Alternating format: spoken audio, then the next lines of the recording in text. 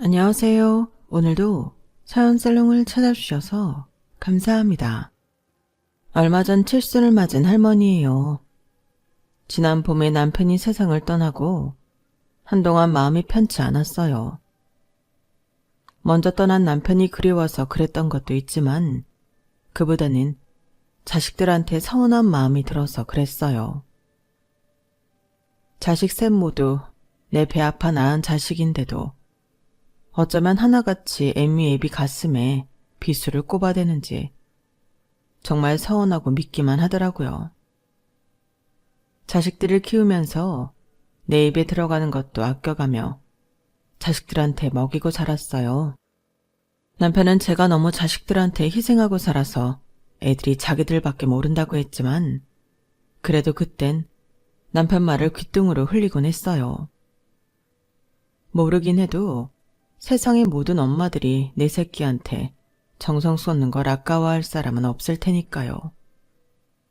그런데 이제 와서야 제가 제 발등을 찍었다는 걸 알게 됐지 뭡니까. 그래서 뒤늦게 수습에 나서게 되었어요. 그랬더니 얼마나 재미난 일이 벌어졌는지 압니까? 그럼 지금부터 저희 집 자식들에 대한 얘기를 시작해 보겠습니다. 저는 3남매 중 막내딸로 태어났어요. 하지만 20살 이후부터는 무남 동녀로 살아왔죠. 어떻게 된 사정이냐면 저보다 9살 많은 큰오빠는 제가 세상에 태어나기도 전에 전쟁통에 세상을 떠났어요. 요즘 젊은 친구들은 그저 쉬는 날로만 기억하는 6.25 전쟁 때문이었죠. 전쟁통에 큰아들을 잃고 작은 아들 하나를 데리고 부산으로 피난을 온 부모님은 부산에서 저를 낳으셨어요. 전쟁이 끝난 지 몇 년이나 된 터였지만 여전히 피난민들의 생활은 어려웠어요. 그 힘든 상황에 저희 부모님은 둘째 아들마저 잃고 말았어요. 일주일 넘게 감기 증상을 보이던 오빠가 폐렴으로 세상을 떠났거든요. 어려운 살림 탓에 병원에도 한번 못 가보고 허망하게 떠나보낸 게 저희 부모님한테는 큰 상처가 되었어요. 아버지는 가난이 죄라며 돈이 되는 일이라면 뭐든 다 하셨고 어머니는 과하다 싶을 정도로 저를 과보호하셨어요. 겨울엔 감기에 걸릴까봐 방 밖에도 못 나가게 하실 정도였죠. 뿐만 아니라 물에 빠질까봐 바다 근처에는 가지도 못하게 하셨어요. 대문을 열면 바다가 코앞인 부산에 살면서 바닷가에 나가보지 못한 건 우리 동네에서 저 하나뿐이었어요. 늘 집에서만 지내다 보니 다른 집 아이들과 달리 피부가 늘 창백해서 어릴 때 별명이 백귀신이었어요. 핏기 없이 피부가 하얗다고요. 그렇게 저를 집 밖에도 못 나가게 하고 집안에서 꽁꽁 싸매고 키웠던 어머니는 제가 중학교에 들어가면서부터 전과 달리 거의 방목에 가깝게 키우기 시작하셨어요. 그런데 그게 마냥 좋은 것만은 아니었어요. 그 무렵 어머니는 우울증을 심하게 앓고 계셨으니까요. 밤마다 죽은 두 아들이 꿈에 나온다며 툭하면 멍하게 허공을 보고 앉아 계셨고 그런 일로 아버지랑 툭하면 말다툼을 하셨어요. 언제까지 죽은 자식들을 껴안고 살 거야? 당신이 그런다고 죽은 애들이 살아 돌아오기라도 한대? 제발 정신 좀 차려. 나는 어떻게든 살아보겠다고 아등바등 발버둥 치는데 여편네라고 하나 있는데 정신 못 차리고 허송세월을 보내? 아, 빨리 나가서 밥 안 차려? 원래도 부모님은 그리 사이가 좋지 않았지만 그때 이후로는 정말 남보다 못한 사이로 벌어지셨어요. 그 사이에서 늘 가슴 졸이는 건 저였어요. 집에서는 늘 숨죽이고 살았던 저였지만 밖에서는 그럴 수 없었어요. 그건 바로 같은 동네에 사는 친구 오빠 때문이었죠. 그 사람이 제 남편이 되었으니 인생 참 재미있죠. 친구 오빠였던 남편은 저만 봤다 하면 늘 못난이라고 놀려댔어요. 아휴, 무슨 기집애가 이렇게 못생겼냐? 볼따기도 말랑말랑한 게 갓 떠올린 순두부 같고 입술은 어종종한 게 꼭 돼지 꽁구멍 같다야. 못나나, 이래서 너 시집은 가겠니? 시집 못 가고 처녀 귀신 되면 어쩌냐? 친구 오빠였던 남편은 저보다 4살이 많았지만 늘 이렇게 저를 놀려댔어요. 저를 부를 때도 명자라는 이름 대신 못난이라고 불렀어요. 웃기는 건 남학생들이 많이 모여 있을 땐 평소보다 더 큰 소리로 불러댔다는 거였죠. 남편과 저는 학교가 달랐지만 같은 정류장에서 버스를 타야 했는데 그 정류장엔 총 5개의 남녀 중고등학교 학생들이 이용하는 곳이었어요. 그래서 아침이면 늘 교복 차림의 학생들로 북적였죠. 남편은 여학생이 많이 몰려있을 때면 제게 다가와 팔꿈치로 툭 치고는 속삭이듯 못나나 이렇게 불렀지만 남학생들이 많이 모여있을 때면 꼭 목청 높여 이렇게 말했어요. 어이 못나니, 지금 학교 가니? 그러면 버스 정류장에 서 있던 남학생들이 저를 보며 키득대고 웃곤 했죠. 그 바람에 저는 얼굴이 시뻘개져서 고개를 푹 숙이곤 했어요. 꽃노래도 한두 번이라는데 하물며 듣기 거북한 별명을 불러대는 남편이 좋게 보였겠어요.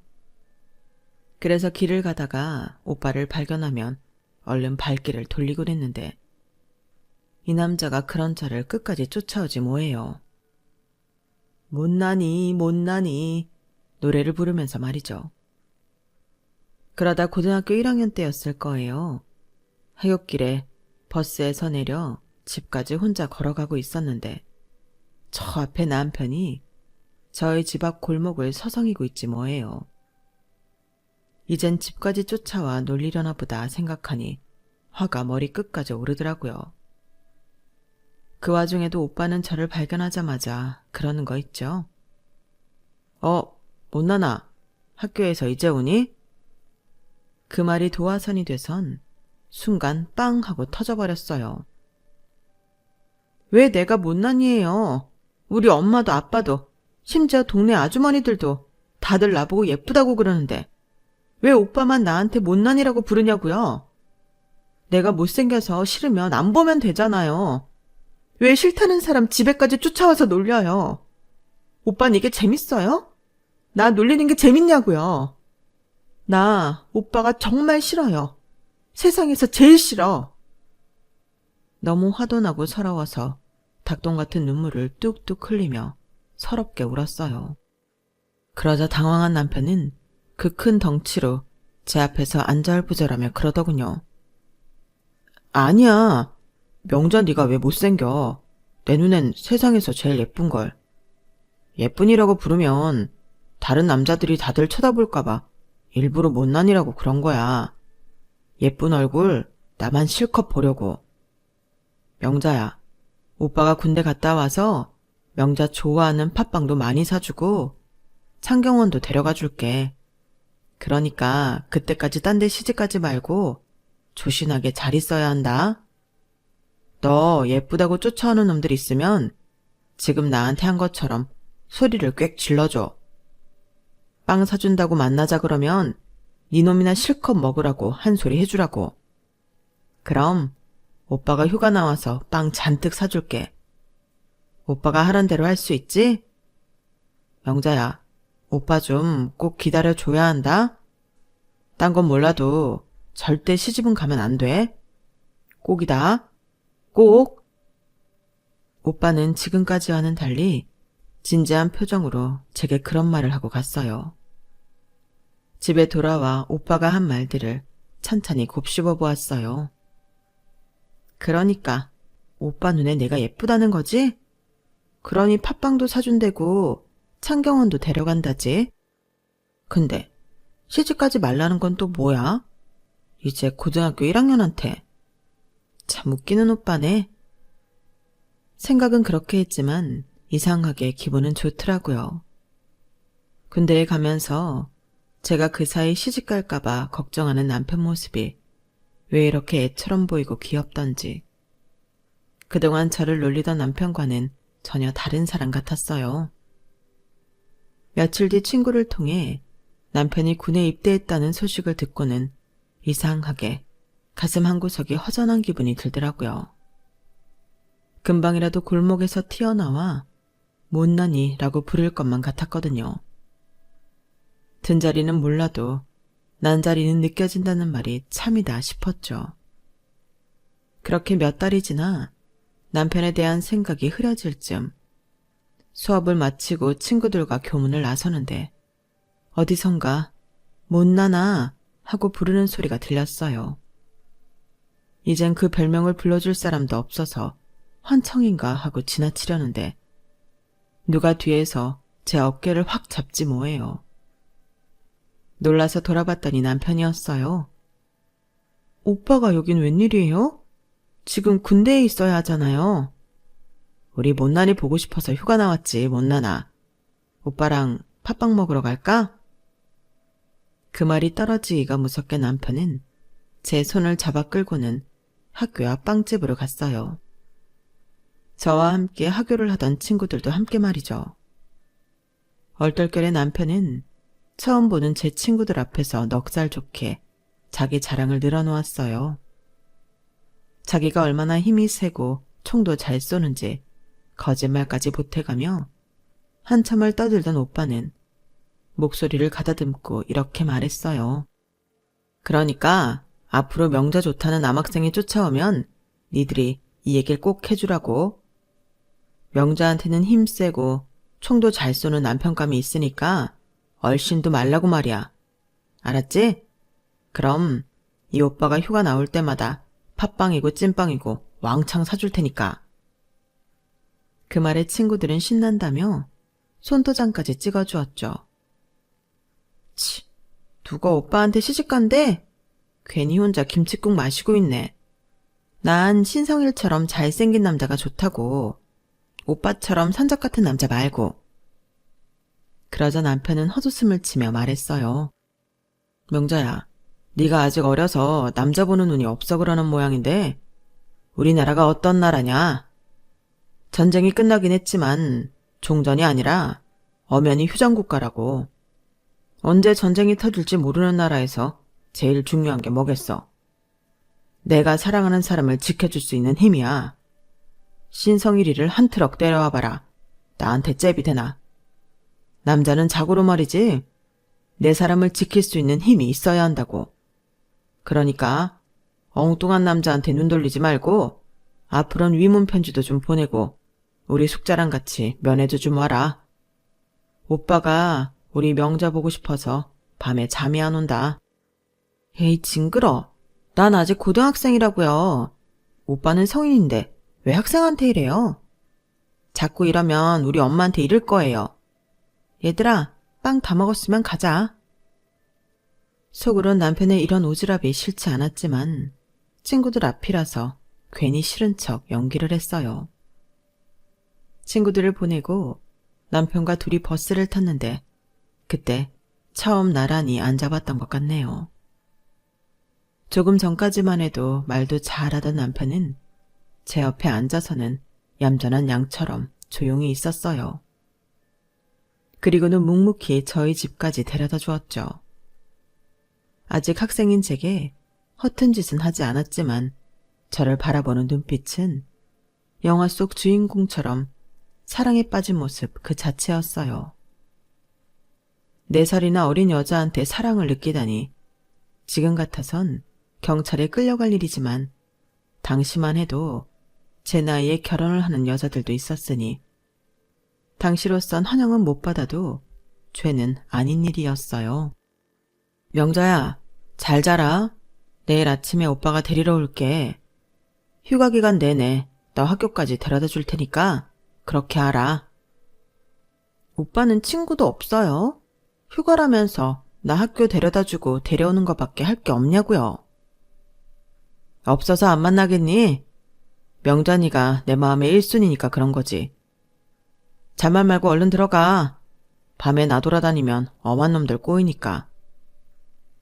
남편은 마치 제 친오빠처럼 제 일거수일투족에 간섭하고 과하다 싶을 정도로 챙겨주기도 했어요.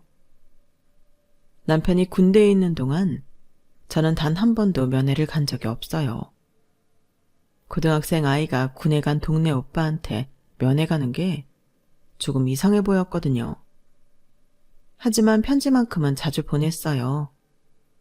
평소 남편한테 못했던 얘기들도 편지에서 잘도 떠들어댔고, 친구들 사이에서 있었던 일들도 쫑알쫑알 잘도 떠들어댔죠. 그렇게 시간은 흘러 저는 고등학교를 졸업했고, 남편도 군에서 제대를 했어요. 남편이 군대에 간 사이 여고생에서 성인이 된 저는 모처럼 화장도 하고 엄마 백도 빌려들고는 약속 장소로 향했죠. 따지고 보면 이게 남편과의 첫 데이트였기 때문에 나름 신경을 쓴 거예요. 단성사 앞에서 만나기로 했는데 너무 일찍 도착해서 그런가 남편이 안 보이더라고요. 그런데 그때 누가 제 어깨를 톡 건드렸어요. 남편인가 보다 하고 돌아섰는데 처음 보는 남자더라고요. 껄렁한 옷차림을 한 그 남자는 저를 보고 실실 웃으며 같이 차라도 한잔 하자고 하더군요. 이런 일은 처음 겪는 일이라서 어떻게 해야 할지 몰라서 그냥 싫다고 하곤 돌아섰는데 그 남자가 제 팔을 잡아 끌면서 자꾸 같이 가자고 하잖아요. 무서워서 눈물이 다 나려고 했는데 그때 익숙한 목소리가 들렸어요. 여보, 당신 거기서 뭐해? 그 소리에 돌아보니 남편이 눈에 힘을 빡 주고 삐딱하게 서서 우리 쪽을 바라보고 있더라고요. 남편을 보자 어찌나 반갑던지 저를 잡고 있던 남자 손을 뿌리치곤 남편한테 달려가 안겼어요. 그러자 남편은 몸이 살짝 경직되더니 이내 저를 괴롭히던 남자한테 소리쳤죠. 이게 남의 마누라한테 왜 수작질이야? 너 죽고 싶어?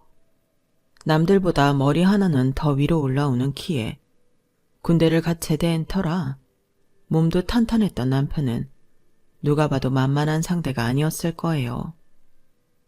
상대 남자는 제 남편을 보자 슬금슬금 뒷걸음쳐 도망을 가더라고요. 남편은 자기 품에 안긴 저를 내려다보면서 말했어요. 우리 명자는 이렇게 오빠가 좋아서 어쩌니? 사람들이 다 쳐다보는데 창피한 줄도 모르고 안길 정도로 내가 그리 좋아? 어? 그 말에 정신이 확 든 저는 얼른 남편한테서 몸을 뗐어요. 그리곤 사과처럼 빨개진 얼굴로 땅만 바라봤죠. 그러자 남편은 제 손을 잡고는 그러더라고요. 앞으로도 무슨 일 있으면 내 품에 안겨. 평생 우리 명자는 내가 보호해 줄 테니까. 알았지? 늘 저만 보면 장난을 치는 남자였지만 저는 남편의 이런 점이 좋았어요. 저희 집은 부모님이 두 아들을 앞서 보낸 탓에 집안에 늘 그늘이 져 있었거든요. 아버지는 집보다는 일에 빠져 사셨고 어머니는 제가 아닌 세상을 떠난 두 아들을 그리워하는 얼굴로 사셨어요. 제 옷을 사러 시장에 갈 때도 잊지도 않은 남자아이 옷을 만지작거린다거나 남자아이 신발을 한참이나 넋놓고 바라보곤 하셨죠.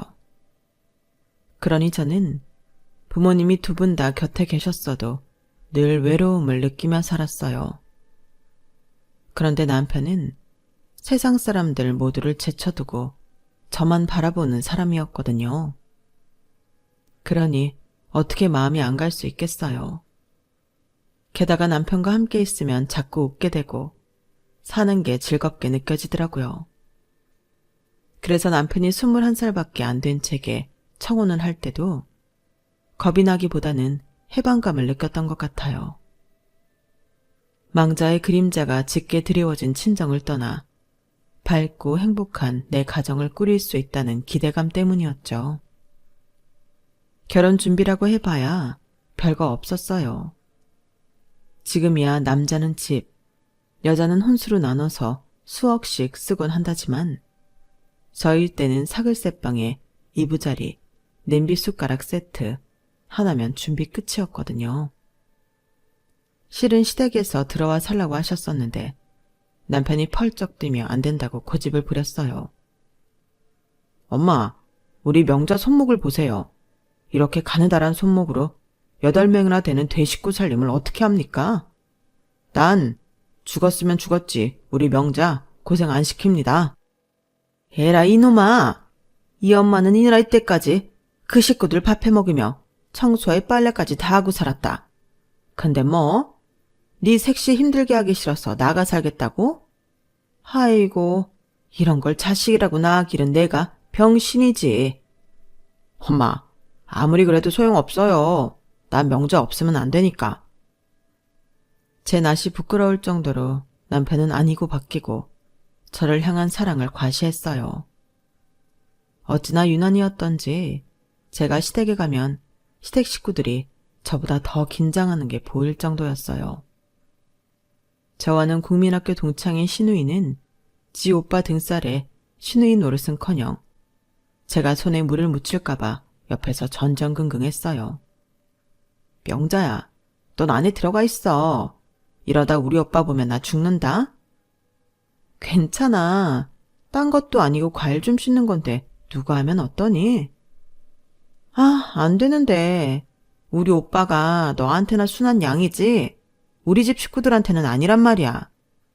오죽하면 우리 아버지도 큰오빠라면 두 손 두 발 다 드셨겠니? 명자야, 내가 부탁한다. 그냥 들어가서 쉬고 있어.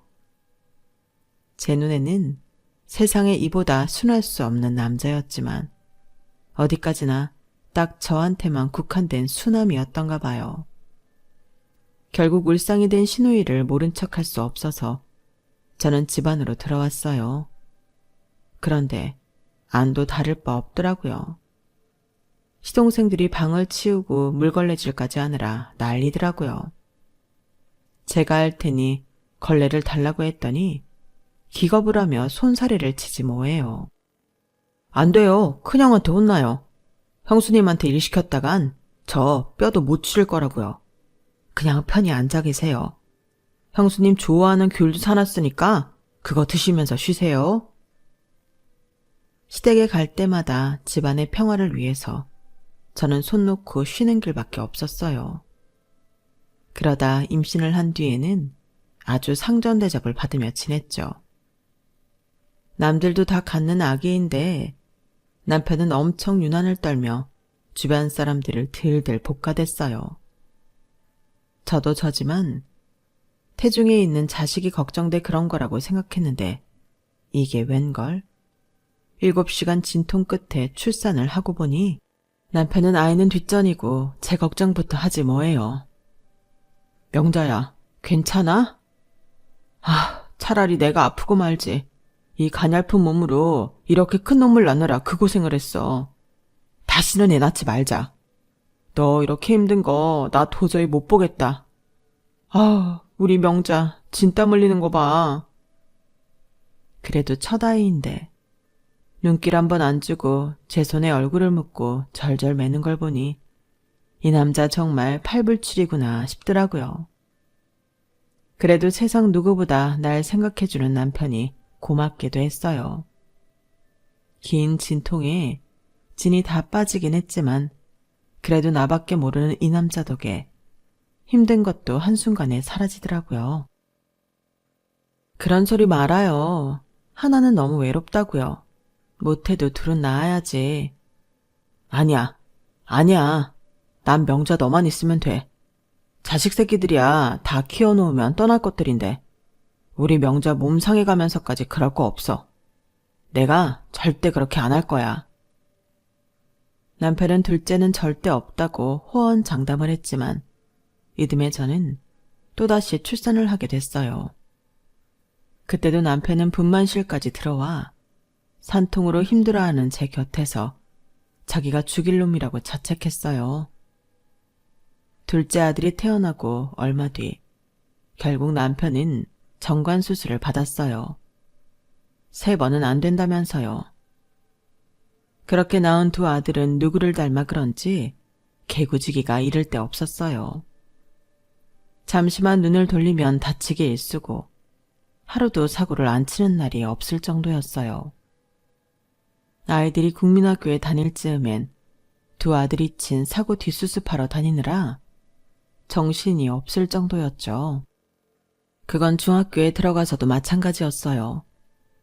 툭 하면 학교에서 걸려오는 전화에 시달려서 그런가 전화벨만 울려도 심장이 덜컹 내려앉는 것 같았죠. 남편한테는 두 아들이 치른 사고에 10분의 1 정도만 알리는데도 남편은 아들들만 보면 이를 갈았죠. 니들이 뭔데 내 아내를 괴롭히냐? 니들이 네 엄마한테 뭘 해준 게 있다고 허구한 날 힘들게 하냔 말이야. 난 말이다.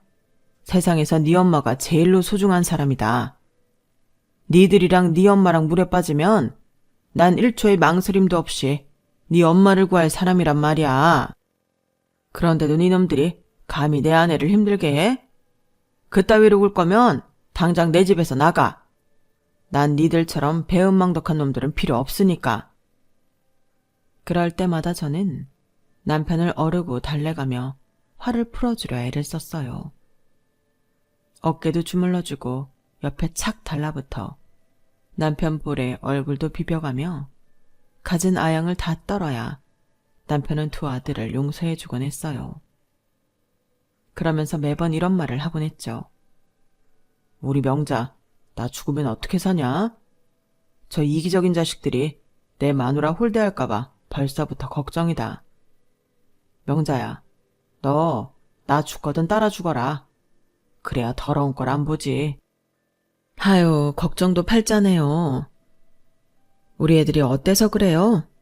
지금이야 철이 아직 안 들어 그러는 거지. 나이 들고 지들 가정 꾸리면 다 어른 됩니다.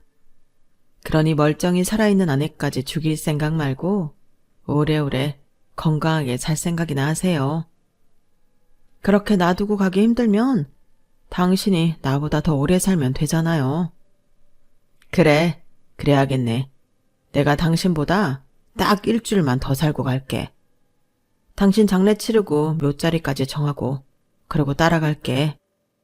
그때는 남편이 괜한 걱정을 한다고 생각했는데 시간이 흐를수록 남편이 왜 그렇게 걱정을 했는지 알 것 같았어요. 남편이 벌이가 좋았던 탓에 부족한 거 없이 두 아들을 키웠는데도 어찌된 일인지 애들이 점점 더 이기적으로 변하더라고요. 맛있는 건 지들 입에 넣기 바쁘고 좋은 것도 지들이 먼저 쓰기 바쁘더라고요. 남편 없을 때 두 아들이랑 밥을 먹다 보면 아주 혀를 차게 되곤 했어요.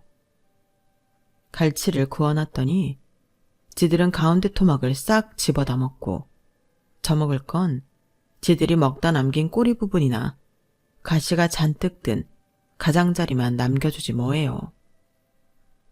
고기를 구워도 저보고 먹어보란 소리 한마디 없이 지들 입에 집어넣기 바쁘고 엄마는 늘 못나고 먹기 싫은 부분만 먹어야 된다고 생각하는 것 같았어요. 사실 남편이랑 밥을 먹을 땐 저는 늘 좋은 고기에 생선도 좋은 부위만 먹고 살았거든요. 매번 남편이 생선살을 발라 제 밥에 올려주고 고기도 제일 맛있는 부분만 골라 제 앞접시에 놓아주곤 했으니까요. 그런데 이놈의 아들들은 딱 그 반대로 행동하니 내 자식이지만 참 얄밉고 화가 나더라고요. 남편한테 말했다간 두 아들 종아리가 남아나지 않을 것 같아서 하루는 신우이한테 전화해 하소연을 했어요. 그랬더니 그러는 거 있죠? 딱지 아빠네. 올케가 몰라서 그러는데 오빠가 어릴 때부터 딱 그랬어. 엄마 말로는 할머니가 하도 오빠를 아끼셔서 버릇을 잘못 들여놨다 그랬지만 내가 보기엔 그건 천성이야. 얼마나 이기적인가 몰라. 그런 사람이 올케한테 지극정성 다하는 거 보면 진짜 신기하다니까. 씨도둑질은 못한다고 상준이 상민이가 딱 지 아빠 닮았는데 누구 탓을 하겠어. 신우이 말을 듣고 나니 그래도 조금은 안심이 됐어요. 다른 건 몰라도 나중에 지들 아내한테는 잘할 것 같았거든요. 그래, 남의 집 딸내미 힘들게 하는 것보다는 엄마인 나 힘들게 하는 게 낫지. 그렇게 생각하니 그래도 참을만 하더라고요. 두 아들이 대학을 졸업하고 원하는 직장에 취직해 지들 가정을 차린 뒤에도 이기적인 건 여전했어요. 그래도 지들 아내한테는 잘하고 사니 다행이다 생각했죠. 자식들도 떠나보내고 남편과 둘이 지내게 되니 두 번째 신혼을 맞은 것처럼 하루하루가 재미있었어요. 남편이 사업체를 작은 아들한테 맡기고부터는 함께 여행도 다니고 캠핑카도 장만해서 국토 여행도 떠나곤 했어요. 애들이 그 나이에 사고라도 나면 어쩌려고 그러냐며 걱정 반, 타박 반을 해댔지만 제 남편이 그 말을 들을 사람이 아니잖아요. 잘못돼도 니들한테 손 안 벌린다며 운전대를 잡았죠 뭐. 차를 타고 가다가 경치가 좋은 곳이 있으면 거기에 자리를 잡고 시간 가는 줄 모른 채 풍경을 감상하곤 했어요. 그때 제 나이가 막 환갑을 넘긴 때였으니까 지금 생각해보면 한창일 때였네요. 몇 년 그렇게 캠핑카를 타고 다니다가 남편 나이도 있고 해서 남편을 설득했어요. 이제는 밖에서 힘들게 밥 해먹고 여행하는 것보다 호텔에서 조식 먹어가며 편하게 여행하고 싶다고 했더니 남편이 당장 캠핑카를 팔겠다고 하더라고요. 그래서 둘째를 시켜서 캠핑카를 팔아버렸죠. 남편은 내심 아쉬워하는 듯 했지만 그래도 나이를 생각하면 잘한 결정이다 싶었어요. 우리 부부의 주 수입원은 상가 월세와 오피스텔 월세였어요. 남편이 부동산에 관심이 많았던지라 그동안 목돈이 생길 때마다 사두었던 것들이 말년에 효자 아들 노릇을 하게 되었거든요. 우리나라는 돈 벌려면 부동산에 투자해야 한다더니 그간 사모은 상가며 오피스텔을 실거래가로 따져보니 돈이 상당히 되더라고요. 재벌은 아니어도 손주들 때까지 먹고 살 정도는 되니 말이에요. 돈 걱정 없겠다. 자식들 걱정 없겠다. 이제 우리 부부만 아픈 데 없이 즐기며 살면 되겠다 생각했는데 남편이 덜컥 암에 걸린 거예요. 남편의 암 진단 소식에 내가 암에 걸린 것보다 더 겁이 나더라고요.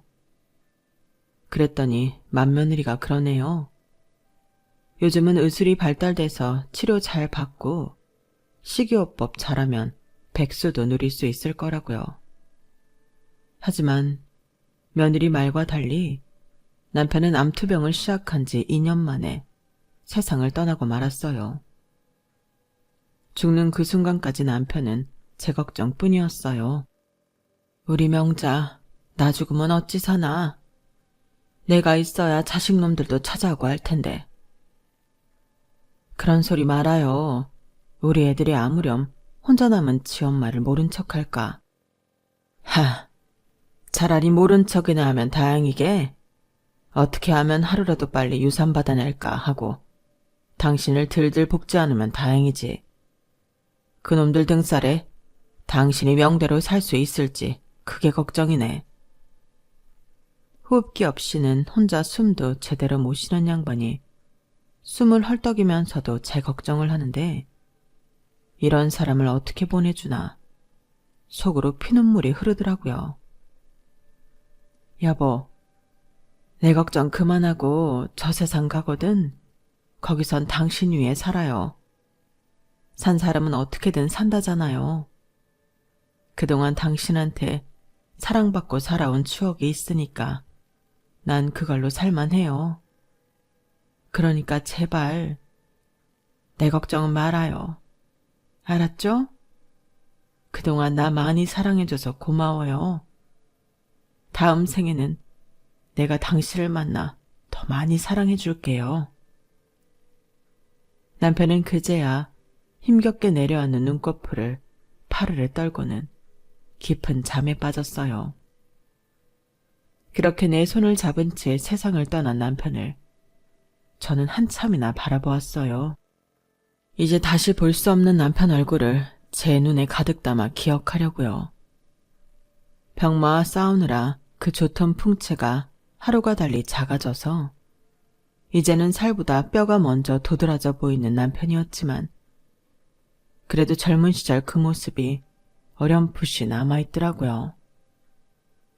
50년 가까이 살붙이고 살았는데 제 남편 얼굴을 자세히 본 건 이때가 처음이 아니었나 싶네요. 뒤늦게 연락을 받은 두 아들 내외가 병원에 도착하고서야 장례 절차를 밟을 수 있었어요. 지인들한테 연락을 하는 건 작은 애가 맡아서 해줘서 제가 따로 할 건 없었어요. 그렇게 남편 장례가 시작되고 문상객들을 맞느라 정신없이 보냈어요. 저는 남편 임종을 지킨 이후 아무것도 넘기지 못했던 탓에 기력이 쇠해져 탈상을 앞두고 장례식장 안쪽에 위치한 방에서 누워 있었어요. 잠이 들었다가 깨기를 반복했던 것 같아요. 그런데 새벽녘에 문 밖에서 우리 아이들 내외가 속삭이듯 하는 소리가 들리지 뭐예요.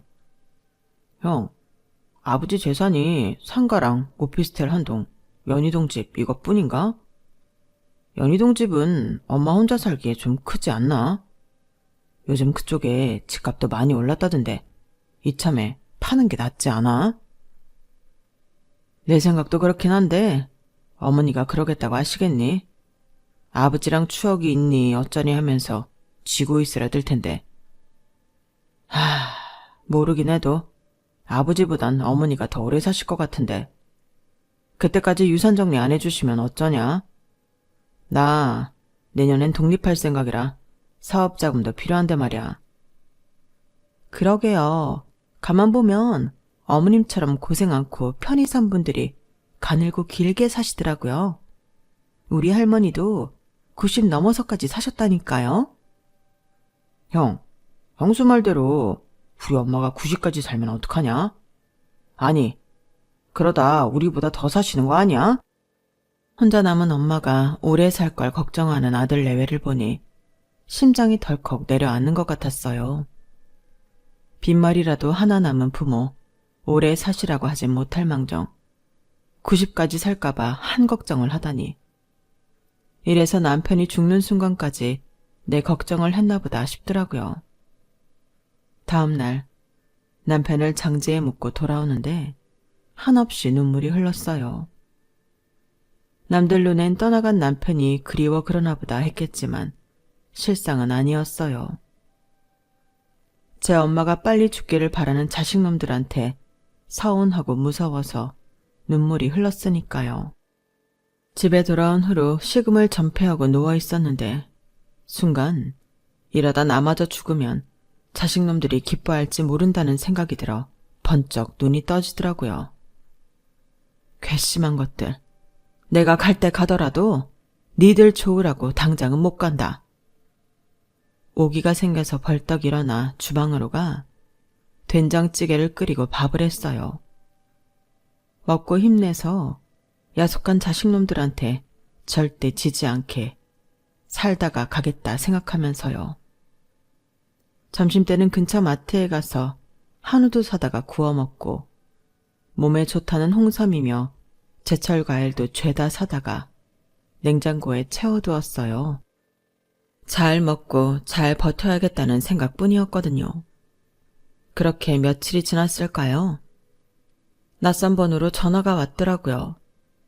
남편이 남긴 유언장이 있다면서 와서 유언 내용을 들으라더군요. 어디로 가야 하냐고 했더니 변호사 사무실 주소를 알려주길래 시간에 맞춰 찾아갔어요. 그랬더니 아들 내외가 벌써 와 있더라고요. 잔뜩 기대를 하고 있는 표정을 보니 속에서 우라가 치밀었어요. 그런데 변호사가 유언장을 발표하자 순식간에 분위기가 바뀌어버렸지 뭐예요. 왜냐고요? 남편 유언이 참 남편 성격 그대로였거든요. 아니, 이게 정말 저희 아버지가 남긴 유언장이라고요? 아니, 이런 말도 안 되는 유언을 남기는 게 어딨습니까? 형은 알고 있었어? 내가 그걸 어떻게 알아? 나도 지금 처음 듣는 건데. 아버지 진짜 왜 이러시냐? 아들놈들이 왜 이렇게 열을 내는지 궁금하시죠? 제가 애들 입장이었어도 황당했을 거예요. 남편이 남긴 유언이 꽤나 괴팍했거든요. 내용은 이랬어요. 먼저 남편 회사는 제 앞으로 돌려놓았고요. 그 외의 재산에 대한 유산 배정은 다음과 같았어요.